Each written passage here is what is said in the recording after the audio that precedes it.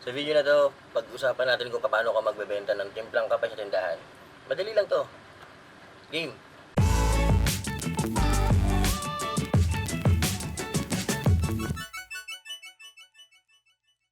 Pag Pinoy mahilig sa kape, so hindi pwedeng mawala to sa tindahan mo. Teka lang.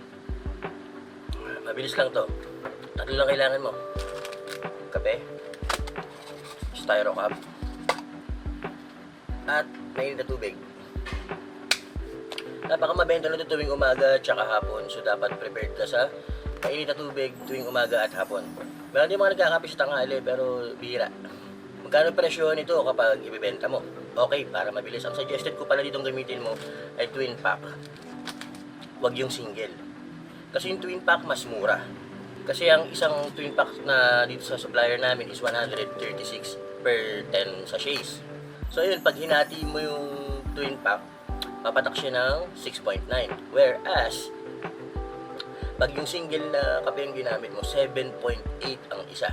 So, suggested, unang tip, kailangan gamitin mo twin pack. Styro cup, magkano to?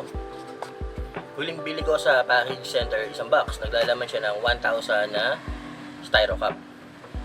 Sa 900 pesos. So, magkano isa? 0.9 pesos. Ano pa ang kailangan mo dito? Mainit na tubig. Kung parehas tayo ng thermos, yung mga ganito na bibili sa palengke, sa mga basic na tindahan, kaya niya ng 11 na ganito. Kasya sa kanya 11 na ganito. So, magkano presyuhan yan? For example, yun nga, 6.9, yung puhunan mo sa kape mismo, plus 0.9 dun sa styro cup. Tapos yung mainit na tubig, sabihin natin presyon mo siya ng 2 pesos. Yan, so ang puhunan mo dyan ay 9.8. Pwede mo siyang ibenta ng 12 to 13 pesos.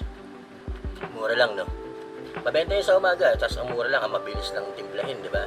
May mga instances din dyan, may bibili sa'yo tubig lang. So 2 pesos mo ibenta or styro lang. Yung styro pa na pwede mong ibenta ng 2 to 3 pesos. Ang puhunan mo doon 0.9.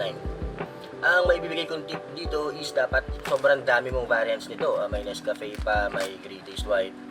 Kumpletuhin mo, tapos huwag mong bibilhin lahat ng madami. Gawin mo pakaramdaman mo kung ano yung pinakamabenta. Tapos, sa susunod na restock mo, dun yung madami na restock mo sa brand na yon, sa specific na kape na yon. Kung bagong tayo lang yung tindahan mo, tapos magbebenta ka ng ganito, ng kape,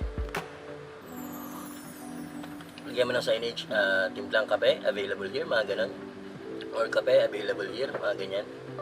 Okay din itong pandagdag kasi mabilis lang siyang gawin, tapos mura lang. And dapat bantayan mo kung paubos na yung mainit na tubig. Yun nga, isang thermos is katumbas ng 11 na styro cup.